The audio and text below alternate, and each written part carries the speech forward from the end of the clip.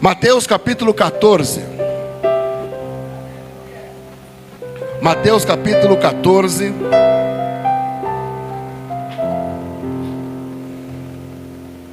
Eu quero ler alguns versos com você.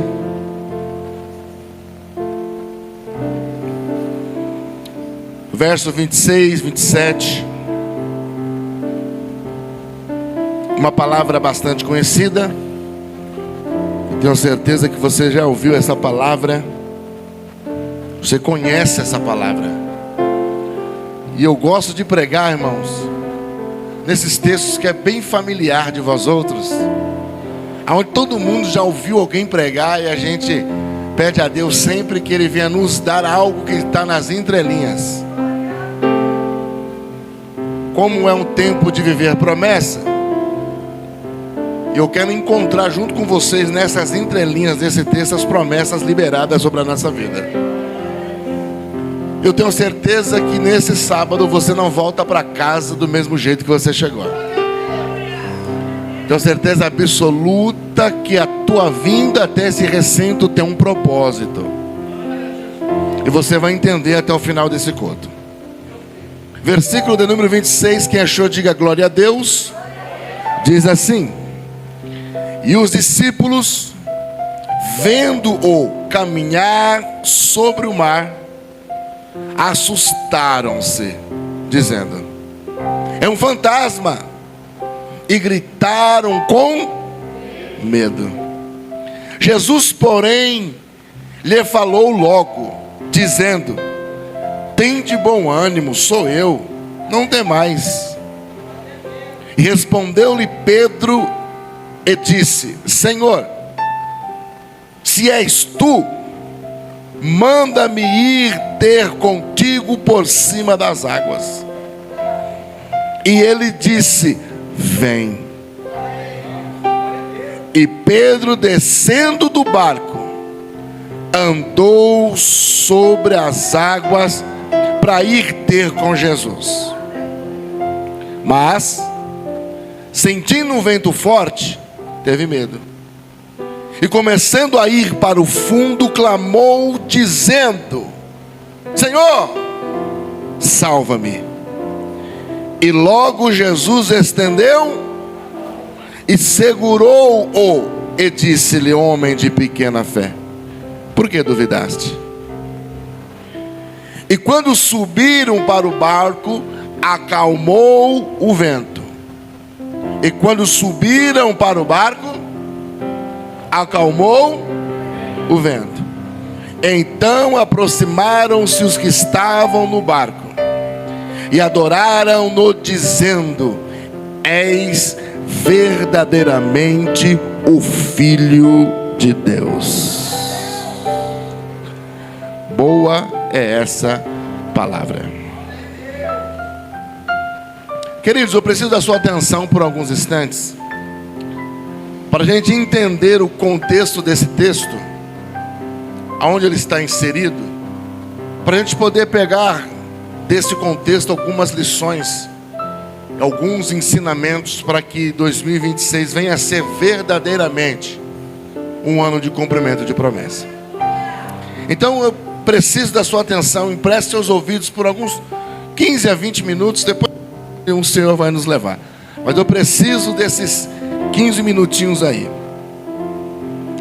O texto que ora nós lemos, capítulo 14, do Evangelho segundo escreveu Mateus, é aqueles capítulos onde a gente lê e relê e fica intrigado pelos acontecimentos que Mateus narra no capítulo 14. O capítulo 14 tem 3 coisas distintas, ou 3 acontecimentos distintos, que chama a nossa atenção para a gente entender o que o Senhor tem preparado para 2026. O texto começa do versículo 1 até o versículo 12, falando de uma coisa não muito boa. Ele narra um homicídio. Que homicídio é esse, pastor, que o texto começa dizendo? Narra a morte do primo de Jesus, filho da irmã Isabel. Narra a morte de João Batista. João Batista, filho de Isabel, primo de Jesus. E Jesus, um dia falando aos seus discípulos, ele classificou o seu primo como um dos maiores profetas nascido de mulher que pisou sobre essa terra. João Batista, pela fala de Jesus, era maior do que Jeremias, era maior do que Isaías, era maior até mesmo do que o profeta Ezequiel, ou o profeta nos tempos de Davi. Então, nascido de mulher, não tinha, pastor, um homem mais poderoso como profeta, como João Batista. E quem está falando desse testemunho não é nada mais, nada menos do que o próprio primo dele, chamado Jesus. Só que no capítulo 14 começa dizendo que esse homem, que Jesus tinha uma afinidade com ele desde o ventre, porque quando a sua mãe foi concebida pelo Espírito e vai visitar a tia que estava de 6 meses, a Bíblia vai dizer que quando Maria entra na presença de Isabel, a barriga de Isabel treme. Por quê? Porque João Batista, ainda no ventre, percebeu que quem estava lá era maior do que ele. Então Jesus tinha essa afinidade com o primo desde o tempo do ventre das suas mães. Foi João Batista que batizou Jesus. Foi João Batista que levou o mestre ao ápice do ministério quando inicia. Porque quando João Batista batiza Jesus no Jordão, cumpre-se Isaías 61, que quando Jesus sai de lá, que a pomba desce, o Espírito Santo em forma corpórea de pomba sobre Jesus, e a voz, ela estronda no alto dizendo: esse é meu filho que eu tenho prazer. Aquele dia se cumpriu Isaías 61, o Espírito do Senhor está sobre mim. Então Jesus e João Batista, eles tinham uma afinidade. Mas João Batista, como profeta, ele tinha que falar a verdade. E numa dessas suas verdades faladas, fez com que ele perdesse a sua vida. Que verdade foi essa, pastor? Ele chega pro rei ou pro patriarca da Herodes, que ele era tetrarca, e diz assim: não é lícito possuir a mulher de seu irmão. Ou seja, ele tinha um caso extraconjugal com a cunhada. E o João Batista revela isso. E isso traz uma indignação, uma revolta. E num dia de uma festa, alguém pede a cabeça de João Batista. E Herodes não pensa 2 vezes.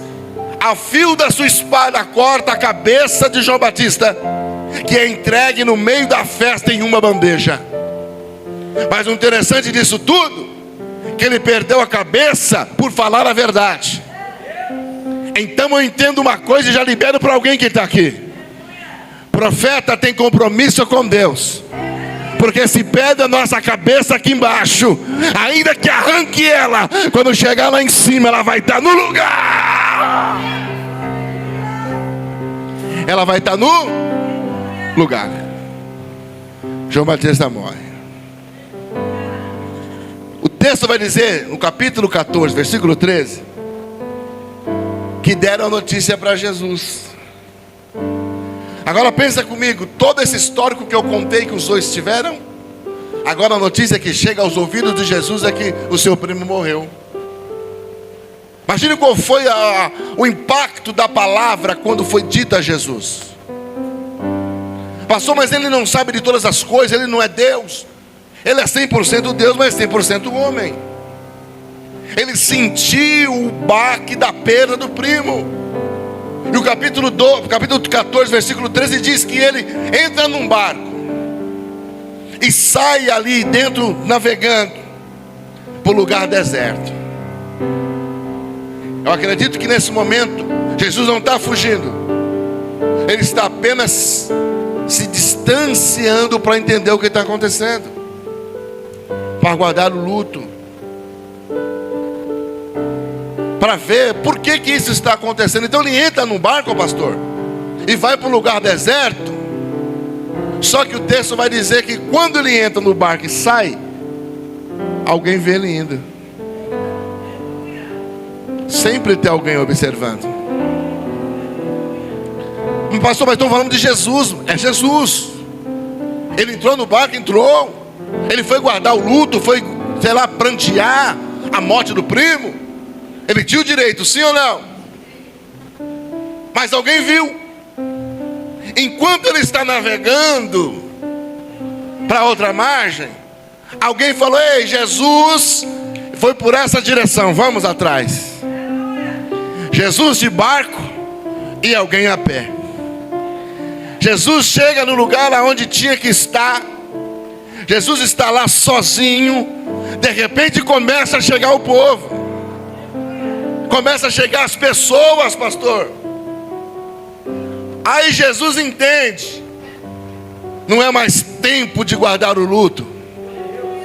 Não é mais tempo de ficar preso no que já aconteceu. Não é mais tempo de tentar ainda viver o que já passou. Porque Jesus está dizendo: eu não vou reverter essa situação. Essa situação que eu estou aqui guardando é passado. Mas o Senhor, o meu Pai, me chamou para fazer algo no presente de alguém. Vou liberar uma palavra para alguém que veio aqui hoje. Só porque essa moça levantou a mão, eu vou liberar essa palavra sobre a tua vida. Jesus estava dizendo: ei, o que passou, passou, não tem mais jeito. Então vamos prosseguir para aquilo que fomos chamados. Ei, 2025, irmão, já acabou. 2025 faz exatamente 11 dias que se passaram. Então ele está dizendo: saia de lá e venha viver o presente aqui. Me ajude a pregar, levante essa mão de novo para cima, mais alto que você puder, e repita comigo assim: 2025 passou. O que Jesus tem para mim está sendo estabelecido hoje, no meu presente.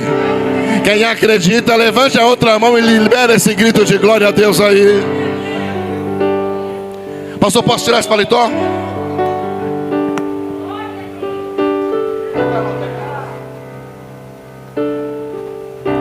Amém?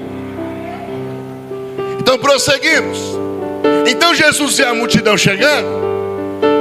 Não é tempo de guardar luto mais não, é tempo de fazer a obra. Não é tempo de viver de passado, é tempo de viver, é tempo de fazer o presente acontecer. Sabe o que Jesus está dizendo para alguém aqui nessa hora? Se eu ficar guardando o luto e o povo tudo em volta de mim, eu vou ter que conjecturar o meu verbo só no passado. Como que faz isso, pastor? Eu pregava, eu cantava, eu fazia, eu tinha, eu era.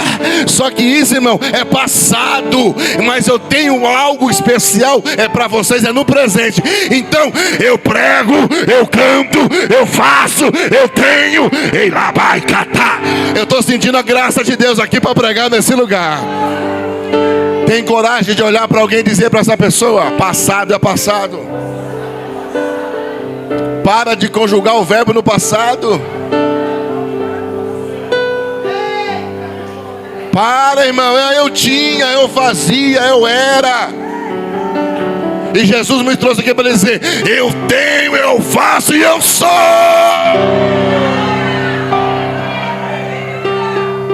Passado é algo tão vou dizer que como minha avó falava, tão melindroso. É uma palavra bem antiga, né, pastor? A palavra passado é tão melindroso que nem Deus pode mudar. Posso descer? Passado, irmão, é tão melindroso que nem Deus pode mudar seu passado. Mas se te procurarem lá, o certo é não te encontrar mais lá, porque é passado. Então desconecte de 2025 e entra com tudo em 2026. Porque eu vim aqui nesse janeiro profético dizer para alguém: passado nem Deus pode mudar, mas Ele pode, a partir de hoje, desse sábado, entrar no seu presente. Alguém já levantou a mão aqui atrás. Ele pode entrar no seu presente, pastora Gisele, e mudar o teu futuro. Quem acredita nisso, levante a mão para cima, vai. Faz barulho que o diabo não gosta aí, vai. Ei, esse ambiente de adoração aqui nesta noite, Deus manda dizer: eu vou entrar no teu presente para mudar teu futuro, para mudar teu futuro, para mudar teu futuro. Dá mais um grito de glória a Deus aí, vai.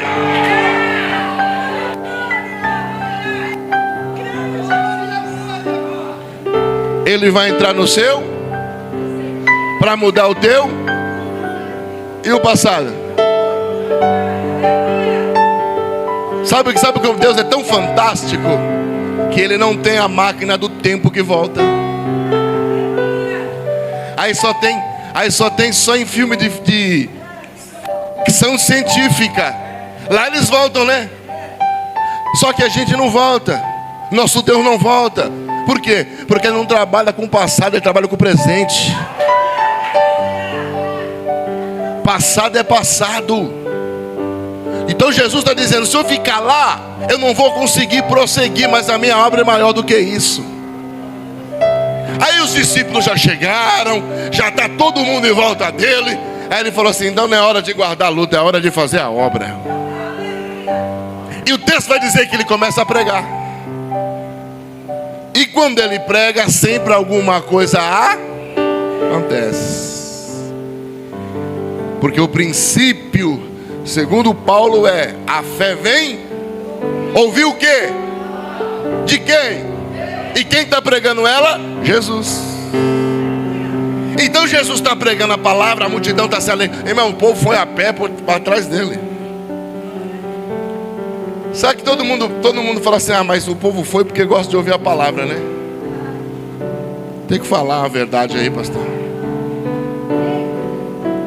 João, que também faz parte da caravana, escreveu essa história também. Mateus faz parte da caravana, escreveu. Também faz parte da caravana, escreveu. Só que Mateus disse que o lugar era deserto. E após as horas se avançar, Jesus, terminando o sermão, precisava fazer com que o povo voltasse para casa. Mas Jesus entendeu: não posso liberar ninguém de barriga vazia, porque eu alimento o espiritual e alimento o material. Só que João disse assim, que quando o povo chega aqui, falaram assim, João 6:26, quando chega, encontramos o Senhor. Que bom que nós encontramos o Senhor. Aí Jesus responde para ele. O que Jesus responde para ele? Está no telão aí já, irmão? Está no telão? Alguém pode ler? Então eu vou ler aqui. Jesus respondeu e disse: na verdade vos digo, me buscais não pelos sinais que veis, mas porque comeste pão e saciaste. Sabe o que ele estava dizendo? Vocês vieram aqui não foi por causa do milagre, não, foi por causa do pão que enche a barriga. Mas como eu sou perfeito, eu vou te dar uma palavra e vou te dar alimento. Percebeu? João disse que Jesus respondeu: vocês vieram aqui por causa do pão, não por causa dos sinais. E Mateus está dizendo que Jesus pregou para depois observar que estava precisando de pão para comer. Porque primeiro ele te alimenta espiritualmente. Pastor, o que você está querendo dizer com isso? Que 2026 será um ano próspero para você. Mas ele não vai começar pela prosperidade material, vai começar pelo elevo espiritual. Alguém já começou a entender ali. Ele está dizendo para alguém que veio aqui hoje 2026 será ano de cumprimento de promessa. Mas eu só vou cumprir a promessa depois de você ter ouvido tudo aquilo que eu tenho designado para você. Eu vou cumprir a promessa após você começar a praticar o que eu estou te ensinando. Eu vou cumprir a promessa após você começar a obedecer todos os meus preceitos que eu estou ensinando. 2026 vai começar como? Obedecendo a palavra para ser próspero. Obedecendo a palavra para ser próspero. Obedecendo a palavra para ser próspero. Olhe para alguém e diga para essa pessoa: o segredo é obedecer a palavra. Porque quando obedeço, todas as bênçãos materiais me seguirão. Alguém quer ser próspero aqui? Então começa a ouvir a palavra e obedecer. Você acha, irmão, que janeiro profético é só para você vir aqui fazer barulho? Você acha que o pastor e a pastora ora, irmão, antes desse projeto começar, apenas para trazer alguém para gritar nos microfones aqui? Não. Deus manda selecionar pessoas que mostram para eles, trazem as pessoas para pregar. As pessoas que vêm pregar traz uma direção de Deus para a tua vida. E a direção de Deus para a tua vida, cumprida por você, vai fazer com que a promessa aconteça. Que a promessa aconteça. Que a promessa aconteça. Que a promessa aconteça. Então só tem um segredo: obedece. Amém? Irmão, eu não esqueci do texto que eu li, não. Estou chegando lá. Porque tem pregador que lê um texto e prega outro, né? Não, estou chegando lá, estou chegando lá. Eu estou desenrolando a história para chegar. Começamos no capítulo 14, no verso 1, e nós estamos agora mais ou menos no verso 15 e 16. A gente vai chegar lá no 26, 27 que nós lemos. Posso ouvir um amém? Alguém me ouve? Então continuamos. Depois que ele termina, aí ele pergunta para os discípulos: o que tem para a gente comer aí? Que não posso dispensar o povo assim. Interessante que Filipe fala: Senhor, tem muita gente aqui, o lugar é deserto, e nem com 200 dinheiro, varão, dá para comprar comida para esse povo. A panificadora não dá conta de... Por quê? É 5.000 homens, fora as crianças e fora as mulheres. E agora o que a gente vai fazer? Ah, Jesus, a gente tem que dar um jeito. Aí André volta: ó, o povo eu não sei, mas o nosso já está garantido.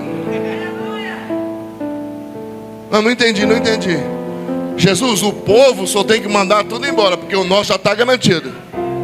Porque no meio da multidão tem alguém que quer ofertar.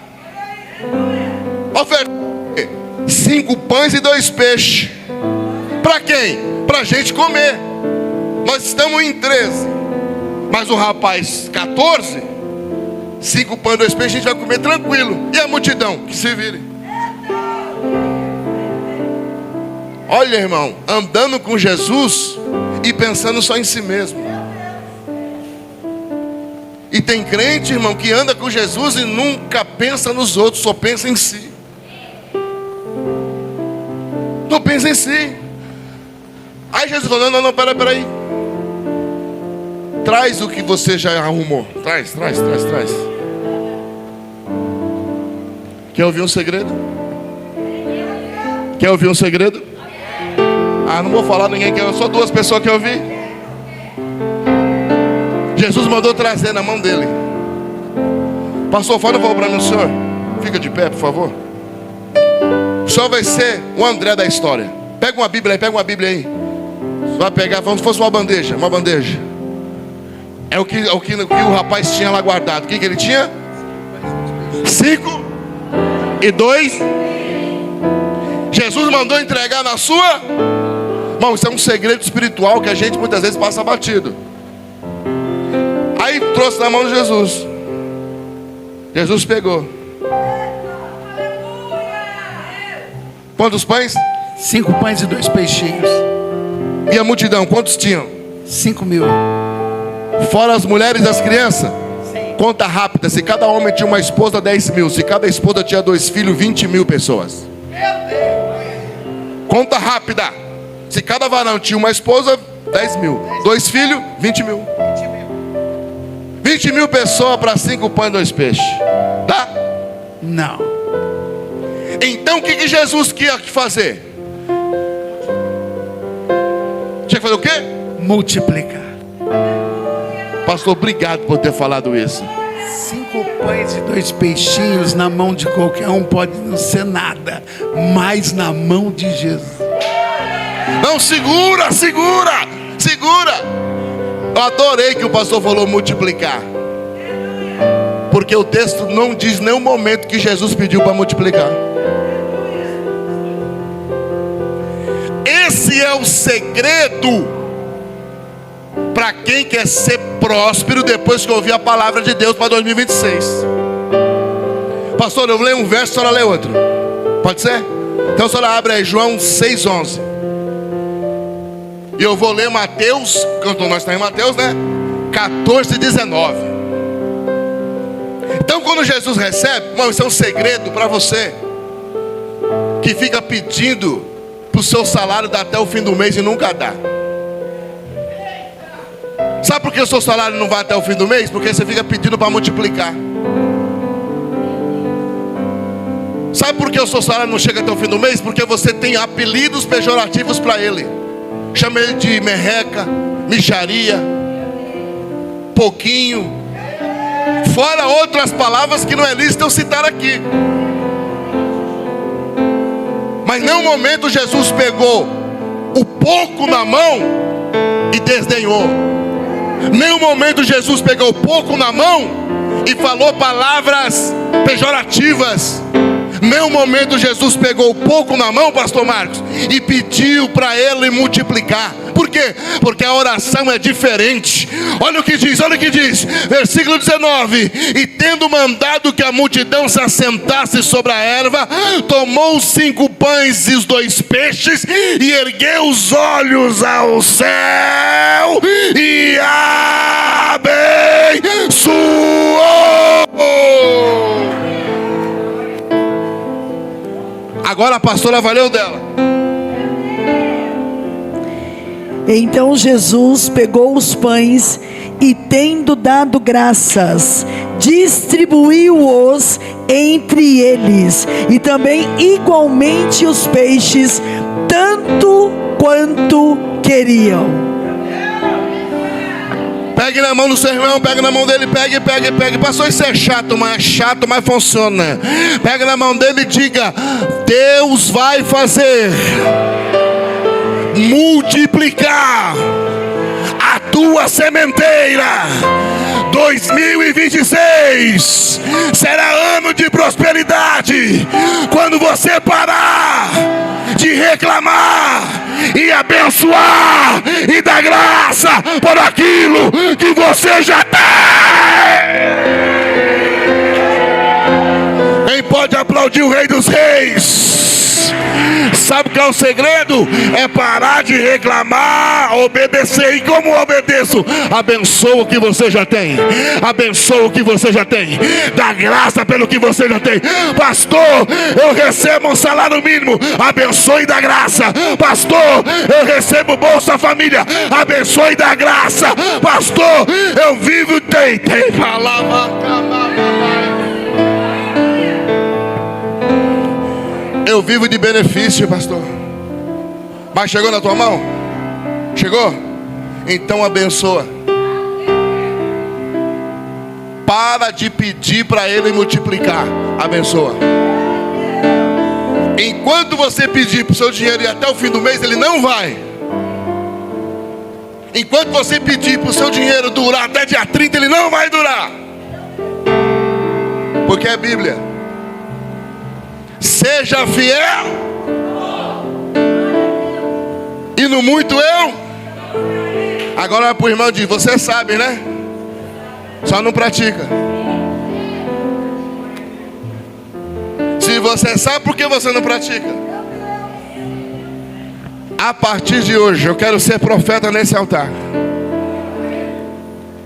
Acabou os adjetivos pejorativos daquilo que tem na tua mão. Tudo que chegar na tua mão não será mais merreca, não será mais pouquinho, não será mais mixaria, não será mais esta coisa, esse negócio. Vai ser o que agora? Vai ser algo que você vai abençoar e dar graça, e vai chegar até o final do mês. Isso é só para quem acredita, pastor. Isso é só para quem acredita. Irmão, janeiro profético sem palavras proféticas, irmão, é um dia normal. Se o pastor e a pastora orou para que eu viesse aqui, eu preciso liberar tudo que o Senhor me deu. Estou chegando no texto. Sentou 500 e 500 e todo mundo comeu. Todo mundo comeu. 2026 será um ano próspero, porque quando você obedece, a prosperidade chega. Alguém vai falar para mim, então prova. Provo. Adoro quando falam isso. Porque por causa de 5 pães e 2 peixes, 20 mil pessoas aproximadamente comeram. E quando olharam para ver o que tinha sobrado, para ver se tinha quem quisesse repetir, alguém olha e fala, mas não era só 5 pães e 2 peixes? Era, mas agora ainda tem 12 cestos. Só vou falar se você levantar a mão para cima. Ainda tem 12 cestos, para mostrar que quando você abençoa aquilo que chegou na tua mão, vai suprir sua necessidade em janeiro, em fevereiro, em março, em abril, em maio, em junho, em julho, em agosto, em setembro. Tem 12 meses e tem 12 cestos. Quem acredita, levante a mão para cima para receber. Se tem 12 cestos, tem 12 bênçãos. Se tem 12 bênçãos, tem providência até dezembro. Se tem providência até dezembro, recebe aí. Alabacaia sérvica. Amém? Todo mundo come, todo mundo fica saciado. Aí Jesus, no capítulo 14, versículo 20, ele chama o colégio. Chama quem? Apostólico, que é os 12. E o texto vai dizer que ele deu uma ordem. E logo ordenou: entra no barco e vai para outra banda de volta. Irmão, isso aqui é fantástico. Jesus pediu, Jesus falou, Jesus deu uma, ele copilou, obrigou, forçou, coagiu, entra no barco. Por que ele mandou? Você nunca se perguntou por que ele mandou? Porque escute isso, irmão. Se Jesus tivesse pedido, eles não iriam. Sabe por que não iria, pastor? Porque eles acabaram de ver o maior milagre que Jesus fez no seu ministério. Alguém vai olhar para mim assim, pastor, esse é o maior milagre? Eu acho que o maior milagre que Jesus fez foi ressuscitar Lázaro, não foi? Mas só João falou disso.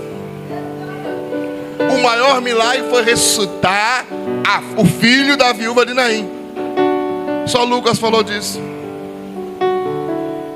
Mas a primeira multiplicação foi tão marcante que Mateus escreveu, que Marcos escreveu, que Lucas escreveu e que João escreveu. O milagre foi tão grande que Mateus e João andavam com Jesus e foram testemunho ocular. Mas Marcos e Lucas não andaram, mas alguém reproduziu para eles e ele fez questão de colocar na sua biografia. na biografia de Jesus. Então, para eles o maior milagre foi esse, porque todos os evangelistas falou. Você pode pegar qualquer milagre, só tem registrado no máximo 3 vezes. Se a ressurreição são os maiores, só tem registrado uma vez cada um que recitou. Você não vê ninguém falar de Lázaro, só João. Você não vê ninguém falar do filho da viúva, só Lucas. Mas na primeira multiplicação, todo mundo falou. Por quê? Porque é marco. E quando você vê um milagre, quando você vê algo acontecer sobrenatural, a primeira coisa que acontece é você estar perto de Jesus sem querer sair do lado dele, sim ou não? Quando você vê um milagre, qual o sentimento? Não vou sair daqui hoje. Vou ficar aqui na igreja do pastor Marcos, da pastora Gisele, que aqui tem milagre. Mas eu tenho uma missão. Não, vou ficar aqui, vou ficar. Tem que obrigar, senão não vai. Aí eles foram, irmão. Eles entraram no barco. Conjecture comigo. Imagina os 12. Tem que ir, vamos. Pedrão, encontramos o Messias, hein? Verdade, João. Só quem é filho de Deus pode fazer milagre. Sentimento gostoso. A gente viu ele alimentar mais de 20 mil pessoas. Encontramos o cara, hein? Não vou sair de perto dele, não. Mesmo que a palavra é dura, eu vou ficar. Por quê? Porque só ele tem caminhos de vida eterna. Então eu vou ficar também. Então vamos entrar no barco. É mais ou menos a primeira vigília da noite, quase 6 horas, das 6 às 8 da noite, dá para a gente chegar na outra margem tranquilamente. Jesus, o senhor não vai? Aí Jesus respondeu, eu não vou, porque eu vou ficar orando. Aleluia! Vou despedir as pessoas e vou ficar orando no monte. Vocês vão. Mal sabia eles que Jesus estava aprontando. Aleluia! Por quê? Jesus tinha marcado o dia da prova sem avisar. Sabe quando você chega na escola, a professora fala, prova surpresa. Aí você fala, meu Deus, eu nem estudei, mas faz tempo que ela está dando a matéria, irmão. No capítulo 8 de Mateus, Jesus já tinha dado essa lição. Jesus entrou no barco junto com eles, passa toda a matéria, o que vai acontecer, e vai dormir. O vento sopra, eles não sabem o que fazer, chamam Jesus, Jesus vai lá e vocês não têm fé nenhuma, é assim, pá, o vento para e o mar para. Eles ficaram tão maravilhados que naquele dia falaram, quem é esse que até o mar e o vento obedecem? Só que a lição já foi dada, agora é hora da prova. Agora quando a prova, o professor não está, a prova é só você. Pastor, mas você não vai ajudar? Não é prova por consulta, é prova em grupo, é só vocês 12. É só os 12. E o professor só vai lançar, vai deixar vocês desenrolar e a resposta. Eles entram no barco, sentimento de vitória, sentimento por causa dos milagres. Vamos. Bom, a viagem duraria mais ou menos de 4 a 5 horas para atravessar. Só que a Bíblia vai dizer que de repente, quando estava no meio do mar, o vento começou a soprar ao contrário. E quando o vento começa a soprar ao contrário, não parece que é o mesmo vento do capítulo 8. Jesus já tinha ensinado, era só chegar para o vento e mandar ele parar. Só que a realidade agora do capítulo 14 é diferente. Por quê? Porque Jesus não está junto, mas Jesus está observando aonde ele está, pela sua onisciência, o que está acontecendo. Em outras palavras, você pensa que ele não está, mas ele está do teu lado. Então Jesus está dizendo para alguém aqui hoje, você já venceu ventos lá atrás. Você passou por uma pandemia em 2020. Passou por pós-pandemia, 2021, 2022 foram anos terríveis. Você passou 2023. Você passou 2024, o vento soprou. Você pensou que ia morrer, mas 2025 vai estar aqui. Aí agora você olha para 2025 2026 e está com medo do que vai acontecer. Está com medo, por quê? Porque no meio você começa a olhar e perceber: o vento está soprando de novo. Diga para o irmão: o vento sopra, mas você já venceu esse vento. Por que você está com medo? Por que você está com medo, pastor? Você está com medo? Está vencendo tantas coisas. Mas os discípulos estavam com medo. O sentimento de vitória dos milagres acabou. Em outras palavras, estavam emocionados. E Deus não trabalha com emocionado. Emocionado se alegra só na hora que vê, depois passa. E por que eles não fizeram nada? Porque a emoção passou. Por que você vive uma vida desse jeito, de alto de baixo? Porque deixa de ter uma fé genuína para viver com emoções. E de repente, no meio do mar, o vento começa a soprar. Interessante que o vento não sopra no começo, o vento não sopra no fim, o vento sopra no meio. Por quê? Porque o meio é a mesma distância, ou você segue ou você volta. Quantas coisas você já começou e não terminou? Meu Deus! Quantas coisas você falou no meio? Se o povo parasse no meio das 13 voltas indo lá na muralha de Jericó, não tinha chegado em lugar nenhum. Se na irmã tivesse parado na metade dos mergulhos, que era 7, não tinha chegado em lugar nenhum. E Pedro, juntamente com o colégio apostólico, está dizendo: a gente vai morrer no meio desse mar.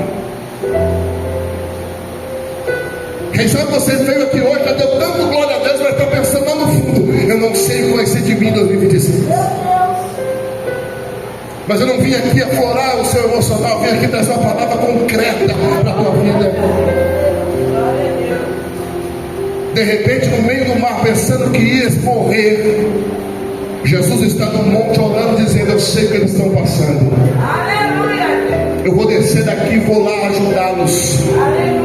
Porque eles estão em apuros na prova, não entendendo nada da explicação. Vou ter que dar uma aula de reforço hoje. Vou ter que descer lá e dizer para alguém: ei, eu sempre estive contigo, você que não está percebendo que eu estou do teu lado. Eu não abandonei o teu negócio, não abandonei tua família, não abandonei você. É o vento que está soprando, que não está deixando você enxergar que está tudo sob controle. Mas não é esse vento que está soprando sobre a sociedade brasileira que vai acabar com a tua vida, que vai sucumbir você. Ei, não é esses rumores políticos que vai tirar nossa fé. Por quê, pastor? Porque eu vivo além disso. Eu vivo além disso. Eu vivo além disso. De repente, Jesus desce. Ele chega na beira da praia. Só que eles estão, irmão, metade do caminho avançado. E Jesus está na beira da praia na 4ª vigília. Qual vigília? Se eles foram na primeira vigília, as vigílias divididas, irmão, das 6 às 9, das 9 à meia-noite, da meia-noite às 3, das 3 às 6 da manhã. Então a 4ª vigília era entre 3 e 6 da manhã. Então Jesus está no horário onde não tem barco no horário. Jesus está no horário onde não tem ninguém em funcionamento no porto. Jesus chega no horário que não tem nada para ajudar ele a chegar até lá. Eles estão meia viagem na frente. Tem mais ou menos 17 quilômetros de uma margem a outra. Eles estão 7, 8 quilômetros na frente. Jesus não tinha um caiaque. Jesus não tinha um pé de papo. Jesus não tinha uma boia. Jesus não tinha nada para chegar até lá. E se tem um mar na frente, é pedir para o pai assopra o marado. E todo mundo passa seco. Não foi isso que aconteceu lá no Egito? Só que tem hora que o mar não abre.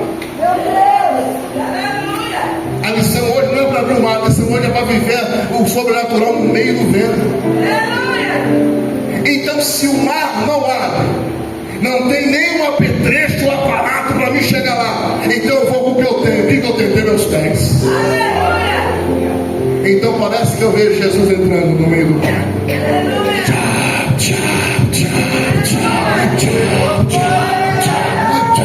E o barco está tentando não afundar. E Jesus está andando.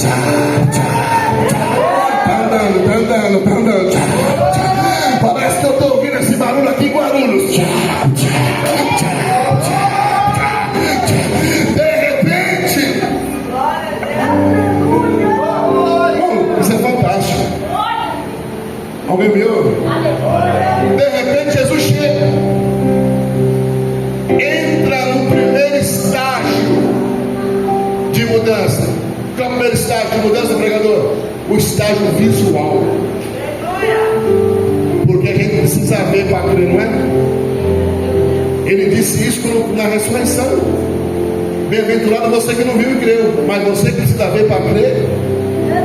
Então ele entra no primeiro estágio visual. E ele aparece no meio do mar, varão. E quem está no barco entrou no campo visual. Quem está no barco viu que era Jesus, viu que era, mas não conheceram que era ele. Por que eles não conheceram? Porque, irmão, quem está no vento, até a visão ficou ofuscada. Jesus está bem perto de você, mas você não está conseguindo enxergar. Não é por falta de fé, é por causa do vento que sopra. O vento te cega, deixa a sua visão turva. Só que de repente eles começam a gritar, apavoradíssimos, dizendo: é um fantasma. Em outras palavras, ele está dizendo: estamos na prova e ainda tem mais provas chegando. Porque quando a gente está na prova, a gente chama Jesus de Genésio, irmão, porque a gente tem medo. Então Jesus entendeu que a primeira tentativa não deu certo. A primeira tentativa qual era? Visual. Mas quem está no vento não está enxergando. Você está olhando para 2026 e não está conseguindo enxergar que ele está perto de você, é o vento. Então eu vou usar outra tática. Olha, Jesus é expert, irmão. Jesus tem todas as metodologias para te alcançar. Ele é o maior interessado em mudar a tua história. Ele é o maior interessado em se relacionar com você. Ele é o maior interessado em entrar e resolver problemas que você ocasionou sobre a tua vida. Só que tem hora que a gente não consegue enxergar. Ele entra no cenário e a gente não consegue ver. Aí ele vai mudar outra metodologia. Qual é a outra metodologia, pastor? Eu vou falar. Por quê? Porque quem não consegue me ver vai me ouvir. E quem já me ouviu não esquece a minha voz. Quem já ouviu a voz de Jesus aqui? No meio da tempestade, pastor Marcos, cheguei no versículo 27. E Jesus falou: tem de bom ânimo, sou eu. 24 olhos viram e não conseguiram reconhecer. 24 olhos olharam e viram um fantasma no meio da tempestade. Jesus muda a metodologia. Jesus lança a sua palavra em ondas sonoras. E a onda sonora vai entrar no ouvido de alguém, vai ser processado pelo tímpano, lançado para o consciente, mandado para o subconsciente. E o subconsciente vai identificar quem é a voz e vai dizer para você quem é. Irmão, isso é cientificamente provado. Você pode ficar 10 anos sem falar com alguém. Quando a pessoa liga para você que fala alô, você sabe quem é. Não é assim, pastor? Por quê? Porque em fração de segundo o tipo não absorve. Manda para o consciente. O subconsciente vê quem é a voz e fala: é fulano. Então Jesus falou assim: se eu estou me vendo, vai ter que me ouvir. 24 ouviram a voz: não temas, sou eu. Só que 22 identificou. Quantos identificou? Só 2 ouvidos. O de Pedro. Quando Pedro escuta, Pedro falou: essa voz eu conheço. E se for ele vai fazer com que eu saia daqui. Sabe o que Pedro estava dizendo? A voz que eu estou ouvindo só pode ser dele. Se é dele, ele vai tirar eu do âmbito natural para viver o sobrenatural. Eu vim aqui nesse sábado dizer para alguém: se você ouvir a voz do seu Deus e receber essa palavra, você vai dizer como Pedro disse: eu sei quem está me falando, e eu vou ver se é ele mesmo quando ele fazer eu viver coisas que eu ainda não vivi. Aí o que Pedro falou quando ele identificou a voz? Se for o Senhor mesmo, faz eu ir até o Senhor. O que Jesus disse para ele? Jesus disse o quê? Jesus está dizendo para Pedro: sai do natural e vem para o sobrenatural. E Pedro está dizendo, através da atitude, para alguém aqui: quando eu vou fazer o que ninguém faz, vou viver o que ninguém viveu. Desceu do céu agora, não diga para essa pessoa aí: quando você fazer o que ninguém ainda fez, você vai viver o que ninguém ainda viveu. Sobrenatural aqui para essa igreja, tem sobrenatural aqui para esse povo, tem sobrenatural aqui nesse altar. Ei, levante a mão mais alto que você puder. Quando você fazer o que ninguém fez, tem algo preparado ainda que ninguém viveu.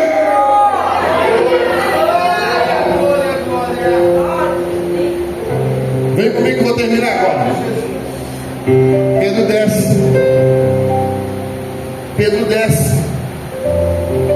Pedro anda, irmão, o mar. Pedro dá uns passos. Pedro dá uns. Só que de repente ele começa a afundar. Por que ele começa a afundar? Porque ele olhou.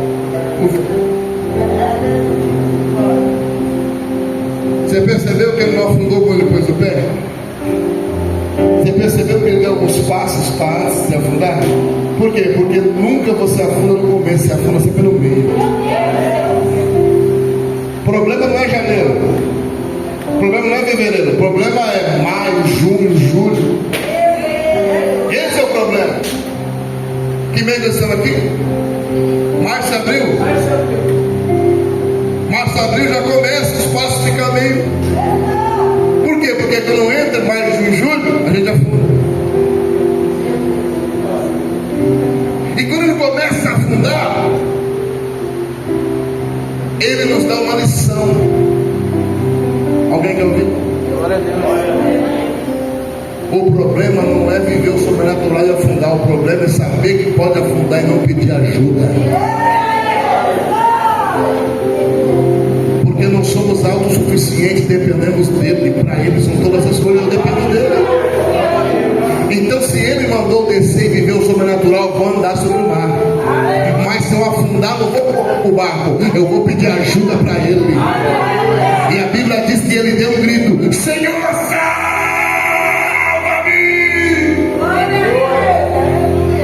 Sabe o que aconteceu?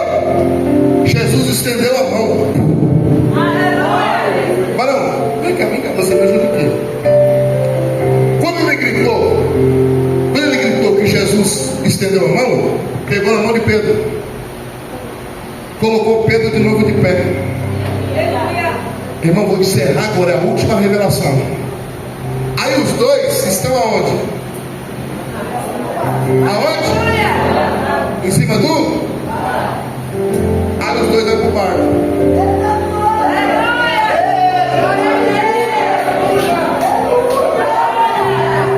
Vamos subir no barco, vamos?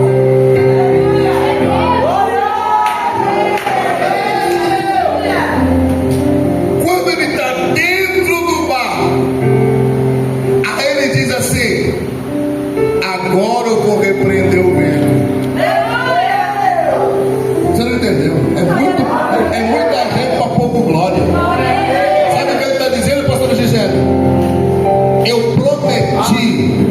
você vai viver o sobrenatural, eu vou cumprir. Por quê? Porque mesmo no meio do vento, você vai viver o que ninguém viveu. Eu não vou parar o vento em 2026 para dar vitória para você. Eu vou te dar vitória no meio do vento, no meio da tempestade, no meio da crise, no meio dessa dificuldade. O pesquisando, pastor, posso pôr de pé? Deixa eu fechar aqui, senão não para. Quando ele está dentro do barco, aí ele repreende o vento. Contei toda essa história para dizer para você que vai viver a promessa em 2026. Pastor Marcos, pastora Gisele, Deus não vai parar o vento para trazer vitória para vocês. Deus não vai apaziguar a tempestade para vocês viverem o sobrenatural. Vocês vão viver o sobrenatural no meio da tempestade. Porque tem 22 que não deram crédito à minha palavra, mas tem 2 ouvidos que deram crédito. Se tem 2 ouvidos que deram crédito, uma pessoa só acredita, vive o que ninguém ainda viveu. Será que tem alguém do nosso meio assim? Deus manda dizer que o sobrenatural será uma realidade no meio deste vento. Não peça para parar o vento. Viva o que ninguém está vivendo no meio do vento. Aonde tem pessoas em crise, vocês estão vivendo em Cristo. Aonde tem pessoas com dificuldades, vocês estão vivendo sobrenatural. Porque eu, Deus, marquei este sábado para dizer para vocês dois: não se preocupe com a tempestade, mas apenas obedeça o que eu já disse para vocês, diz o Senhor.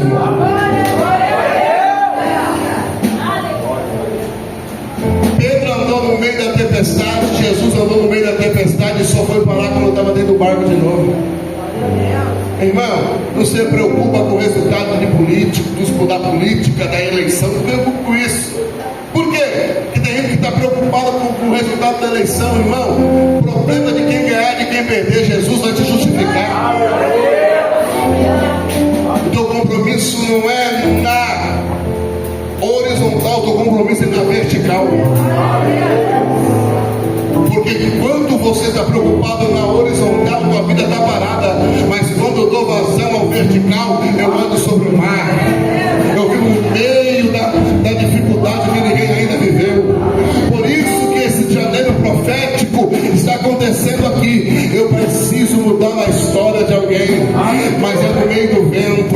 Levante a mão que eu vou encerrar agora, que eu vou orar pela tua vida. Pai,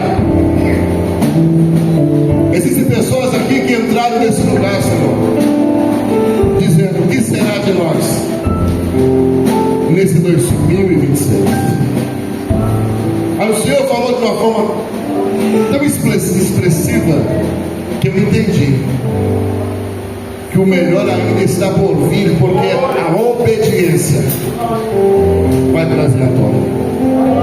Aonde tiver um coração contrito, onde tiver um coração voltado ao Senhor, visita esta mulher agora.